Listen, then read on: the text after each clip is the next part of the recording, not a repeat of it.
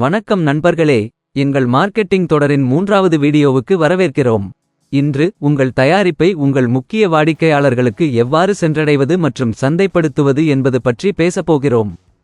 ஆரோக்கிய உணர்வுள்ளவர்கள், குழந்தைகள், சைவ உணவு உண்பவர்கள், நீரிழிவு நோயாளிகள் மற்றும் மக்கள் மிகவும் பயனுள்ள வழிகளில் உங்கள் சிறுதானிய மால்ட்டிலிருந்து தொடங்குவோம். அதை விற்க நீங்கள் தயாரா? முதலில் அவற்றை சிறிய உள்ளூர் கடைகளில் அல்லது உள்ளூர் மொத்த விற்பனையாளர்களுக்கு வழங்குவதன் மூலம் தொடங்கவும்.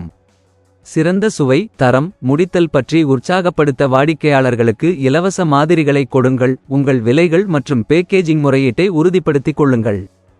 குழந்தைகள், சைவ உணவு உண்பவர்கள், நீரிழிவு நோயாளிகள் மற்றும் மக்கள் யார் என்பதை மிகவும் பயனுள்ள வழிகளில் புரிந்துகொள்ள இந்த அணுகுமுறை உங்களுக்கு உதவுகிறது. வாடிக்கையாளர்கள் மற்றும் அவர்களது குடும்பங்கள் உங்கள் சிறுதானிய மால்ட்டை நல்ல மதிப்புள்ளதாகவும் கவர்ச்சிகரமானதாகவும் பார்க்கிறார்கள் என்பதை உறுதிப்படுத்திக் கொள்ளுங்கள். இது ஒரு வழக்கமான வாடிக்கையாளர் தளத்தை உருவாக்கவும், பின்னூட்டத்தின் அடிப்படையில் உங்கள் திணை மால்ட்டை மேம்படுத்தவும், முன்னேற்றத்திற்கான உங்கள் பலம் மற்றும் பகுதிகளைக் கண்டறியவும் உங்களை அனுமதிக்கிறது. குறிப்பாக உங்கள் சிறுதானிய மால்ட்டை புதியதாக வைத்திருக்க டெலிவரி முக்கியமானது. இது வாடிக்கையாளர்களுக்கு ஒரு முக்கிய கவலையாக உள்ளது. உங்கள் விநியோக வழிகளை புத்திசாலித்தனமாக திட்டமிடுங்கள்.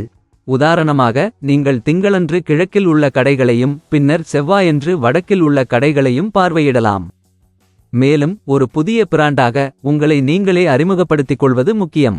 நீங்கள் மில்லட் மால்ட்டை நீங்களே டெலிவரி செய்கிறீர்கள் என்றால், உங்கள் வாகனத்தை உங்கள் மில்லட் மால்ட் லோகோவுடன் பிராண்டிங் செய்வதை கவனியுங்கள்.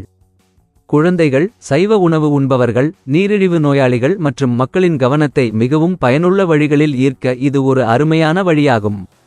மேலும் வாடிக்கையாளர்களுக்காக நீங்கள் காத்திருக்க முடியாது. உங்கள் போட்டியாளர்களை விட உங்கள் தயாரிப்பை விளம்பரப்படுத்த ஊக்குவிக்க கடைக்காரர்களுக்கு உங்கள் மில்லட் மால்ட் சலுகை கவர்ச்சிகரமான சலுகைகளை நீங்கள் தீவிரமாக ஊக்குவிக்க வேண்டும். உங்கள் தயாரிப்பை மக்கள் உண்மையில் விரும்புவதை நீங்கள் கவனிக்கும்போது பெரிய அளவில் சிந்திக்க வேண்டிய நேரம் இது. உங்கள் சிறுதானிய மால்ட்டை பெரிய கடைகளுக்கு விநியோகிக்கக்கூடிய மொத்த விற்பனையாளர்களுடன் கூட்டு சேர்வதன் மூலம் பெரிய பகுதிகளில் விற்க இலக்கு வைக்கவும். ஆனால் இதை படிப்படியாக அணுகவும். மேலும் விரிவாக்க முயற்சிக்கும் முன் நீங்கள் உள்ளூரில் வெற்றிகரமாக இருக்கிறீர்கள் என்பதை உறுதிப்படுத்திக் கொள்ளுங்கள்.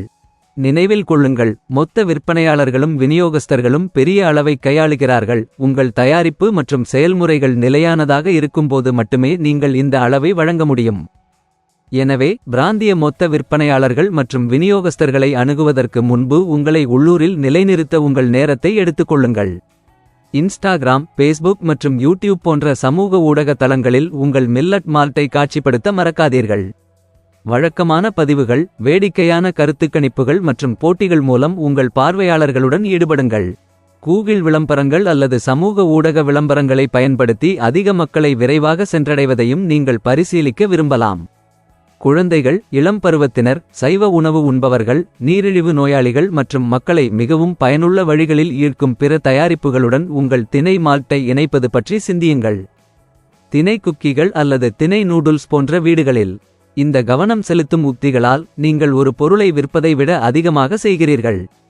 குடும்பங்கள் விரும்பும் ஒரு பிராண்டை நீங்கள் உருவாக்குகிறீர்கள். மில்லட் மால்ட்டின் அற்புதமான உலகில் நல்ல அதிர்ஷ்டம். பார்த்ததற்கு நன்றி. மேலும் வீடியோக்களுக்கு வியாபர்கோ சேனலுக்கு குழு சேரவும்.